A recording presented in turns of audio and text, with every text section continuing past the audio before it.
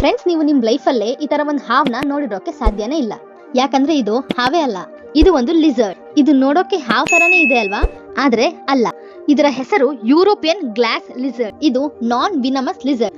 ಒಂದ್ ವೇಳೆ ಇದ್ರ ಮೇಲೆ ಯಾರಾದ್ರೂ ಅಟ್ಯಾಕ್ ಮಾಡಕ್ಕೆ ಟ್ರೈ ಮಾಡಿದ್ರೆ ಅಲ್ಲಿಂದ ಅದು ಎಸ್ಕೇಪ್ ಆಗಕ್ಕೆ ಟ್ರೈ ಮಾಡುತ್ತೆ. ಬಟ್ ಇದು ನಮ್ಗೆ ವಾಪಸ್ ಕಚ್ಚಕ್ಕೆ ಬರಲ್ಲ.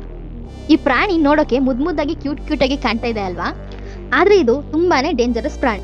ಅದಕ್ಕಿಂತ ದೊಡ್ಡ ಪ್ರಾಣಿಗಳ ಜೊತೆ ಇದು ಯಾವಾಗ್ಲೂ ಅಟ್ಯಾಕ್ ಮಾಡ್ತಾ ಇರುತ್ತೆ. ಇದ್ರ ಹೆಸರು ಏನಂತ ನಂಗೂ ಗೊತ್ತಿಲ್ಲ, ನಿಮ್ಗೆ ಏನಾದ್ರೂ ಗೊತ್ತಿದ್ರೆ ಕಮೆಂಟ್ ಮಾಡಿ. ನಾರ್ಮಲ್ ಆಗಿ ಇದು ನಿಮ್ಗೆ ಟ್ರೀ ವುಡ್ ತರ ಕಾಣ್ತಿದೆ ಅಲ್ವಾ, ಆದ್ರೆ ಅಲ್ಲ.